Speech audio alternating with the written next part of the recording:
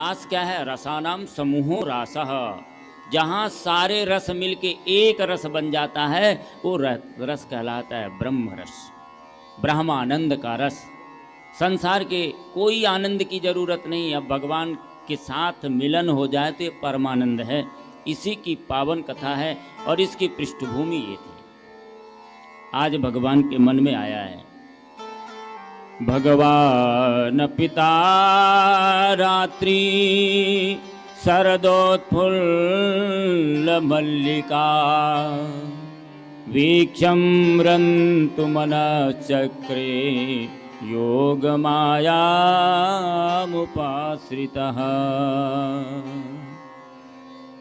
आज भगवान के मन में आया जो उन कुमारी कन्याओं को आश्वासन दिया था भगवान ने कि हम तुम्हें जरूर पति रूप में मिलेंगे। ध्यान रहे कि पति शब्द जहां भी हम कहेंगे उसका मतलब केवल एक है, पूरी तरह से भगवान को समर्पित जो हो गया उसने पति बना लिया भगवान को।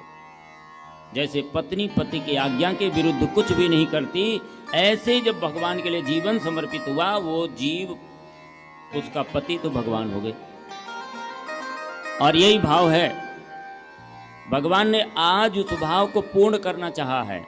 शब्द भी रास पंचाध्यायी का पहला श्लोक जो शुरू हो रहा है वो इसी से, भगवान पिता रात्रि।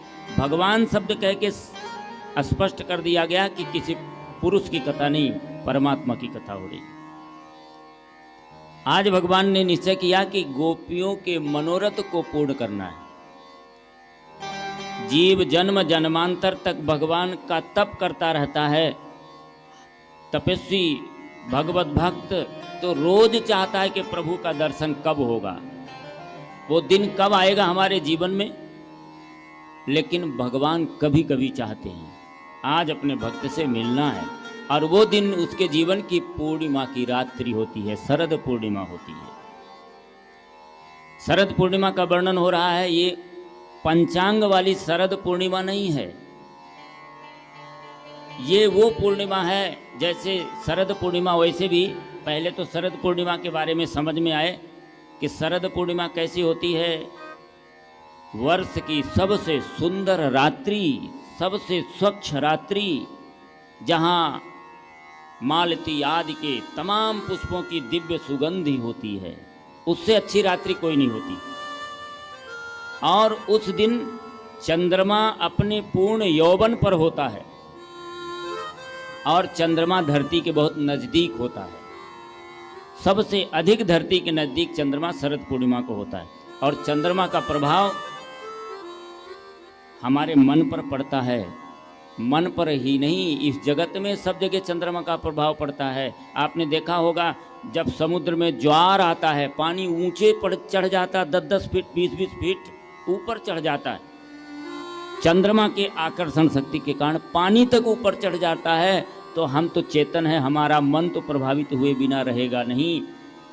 पूर्णिमा के ही आसपास लोग अधिक से अधिक या तो आत्महत्या करते हैं या तो भगवत भक्ति के लिए चरम पुरुषार्थ करते हैं। वो पूर्णिमा रात्रि होती है।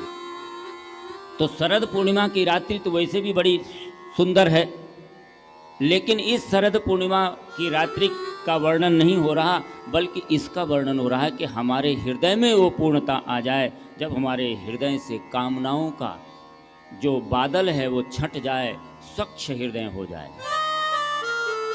और जिस दिन स्वच्छ हृदय होगा तो उस दिन भगवान मिलने का मन करेंगे। कबीरा मन निर्मल भयो जैसो गंगानी, पीछे पीछे हरि फिरे कहत कबीर कबीर। आपकी पात्रता तैयार हो जाए तो भगवान तो दौड़ते हुए आपके पास आते हैं। और यही स्थिति है। आज उन गोपियों की हृदय की पवित्रता तैयार हो गई तो भगवान ने अपनी योग माया का प्रयोग किया है। क्योंकि भगवान जो लीला करने जा रहे हैं बिना योग माया के संभव नहीं है। जिस रास में भगवान देवाधिदेव महादेव को भी प्रवेश नहीं मिलेगा, यदि जाना है तो गोपी भाव में जाना होगा। गोपी भाव माने माधुर्य का भाव। माधुर्य, वात्सल्य भाव वाले यशोदा मैया भी रास में नहीं गई, देवकी मैया भी नहीं गई, कोई बड़े बड़े संत नहीं गए, तपस्वी ज्ञानी महात्मा नहीं गए। कौन गया? माधुर्य भाव जिनके अंदर है, जिनका हृदय रस से भर गया है, प्रेम से भर गया है, वो भक्ति पूर्णा आप्त काम गोपियां भगवान के उस रास में सम्मिलित होने जा रही हैं। ऐसे भगवान ने योग माया प्रयोग किया और उस योग माया के कारण उन्होंने ऐसी बंसी बजाई जैसे भगवान की बंसी बजती है हर जीव को भूख और प्यास लगती है। हर जीव को भूख और प्यास लगती है, ये संसार की बंसी तो सबको समझ में आती है, लेकिन आत्मा के कल्याण की भूख पैदा हो जाए, ऐसा नाद हृदय से उत्पन्न हो, ये तो गोपी भाव वाले थोड़ा बजी श्याम की बसुरिया बसुरिया बसुरिया हाय राम, बजी श्याम की बसुरिया हाय राम, बजी श्याम की बसुरिया, बजी श्याम की बसुरिया बसुरिया बसुरिया हाय राम, बजी श्याम की बसुरिया हाय राम, बजी श्याम की बसुरिया।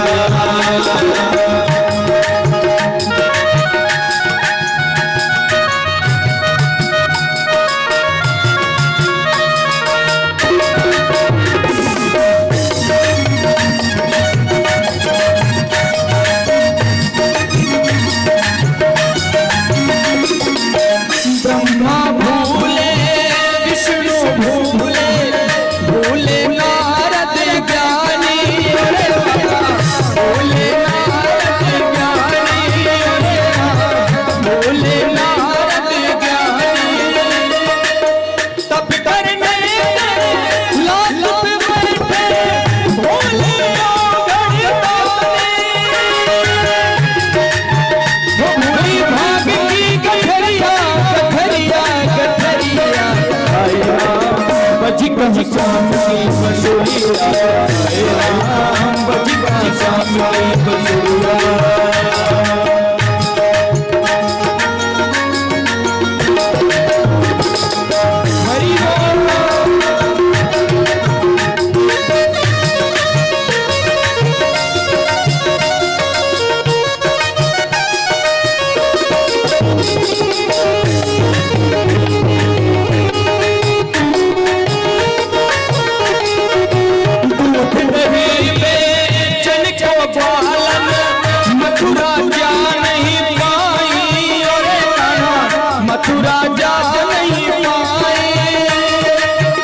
की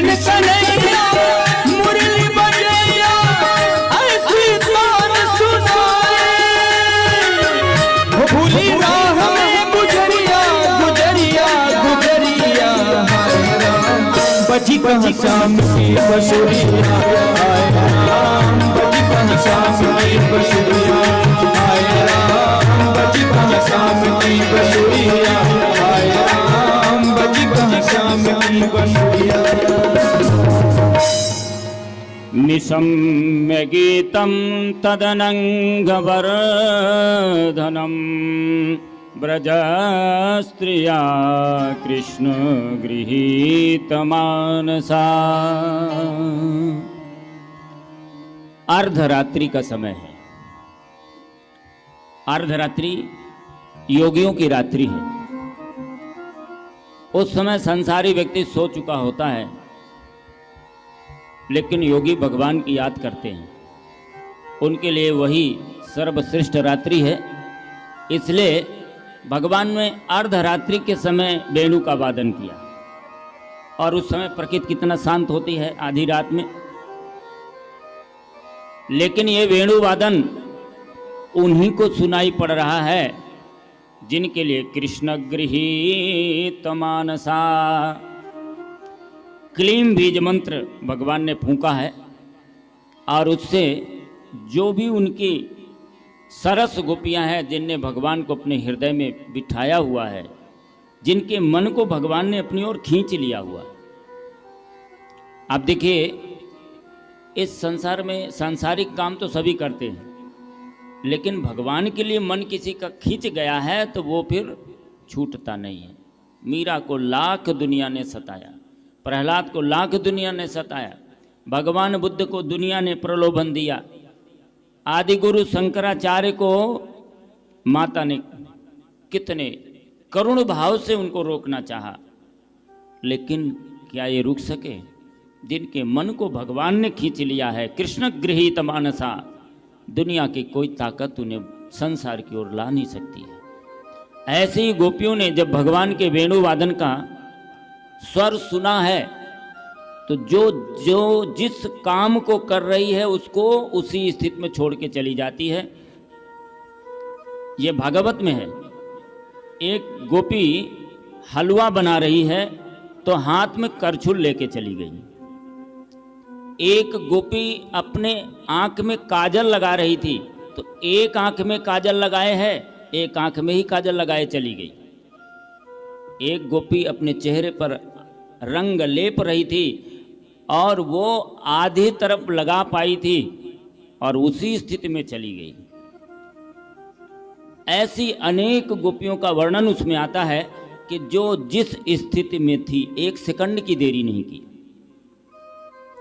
हमारे मन में तो कभी भक्ति की कामना जगती है, भगवान से मिलने का मन करता है, लेकिन लगता है कि अभी तो एक पोता हो जाए, फिर जब किसी प्रकार से पोता हो गया तो अब एक नाती हो जाए, बेटी का भी बेटा हो जाए, और ये जीवन में अनवरत चलता है। कभी भी हम भगवान की ओर प्रेरित नहीं हो पाते, पर गोपियों ने एक सेकंड की देरी नहीं की।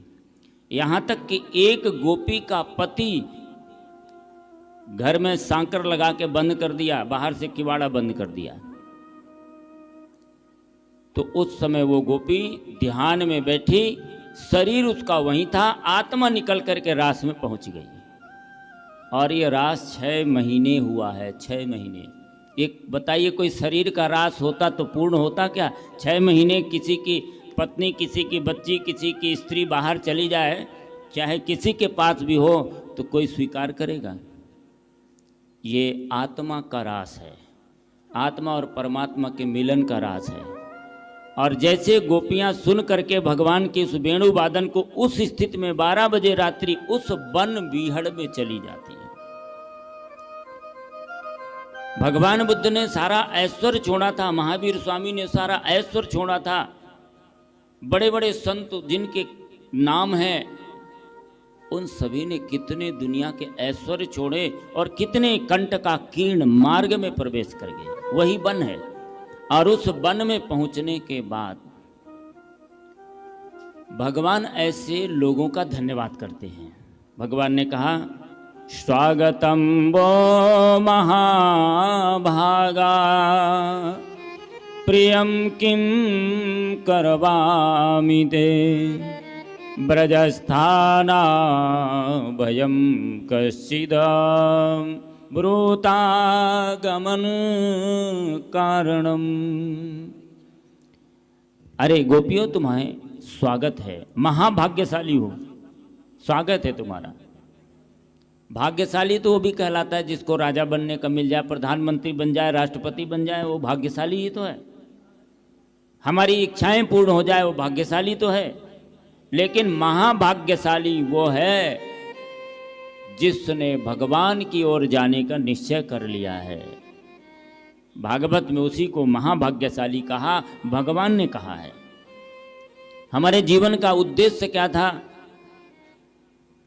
यदि केवल आहार, मैथुन, भय, निद्रा ये हमारे जीवन का उद्देश्य रहा होता तो इतना सुंदर शरीर भगवान हमको नहीं दिए होते।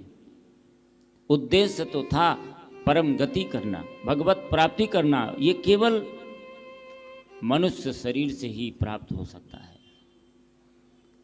कबहू की करी करुणा निधि देहि, कबहू की करी करुणा निधि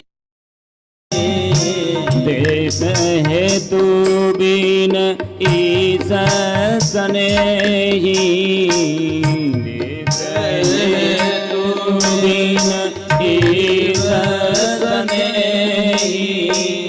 कबहू की करी करुणा निधि कृपा करके भगवान ने ये मनुष्य का शरीर दिया था भगवत प्राप्ति के लिए, लेकिन जीव भटक गया। माया मोह आसक्ति, ये वासना, ये तृष्णा, ये कामना तो हर योनि में पूर्ण हुई है। पशु में तो और आसानी से हुई है। उसे कोई मर्यादा का नियंत्रण है। जब जो करना चाहता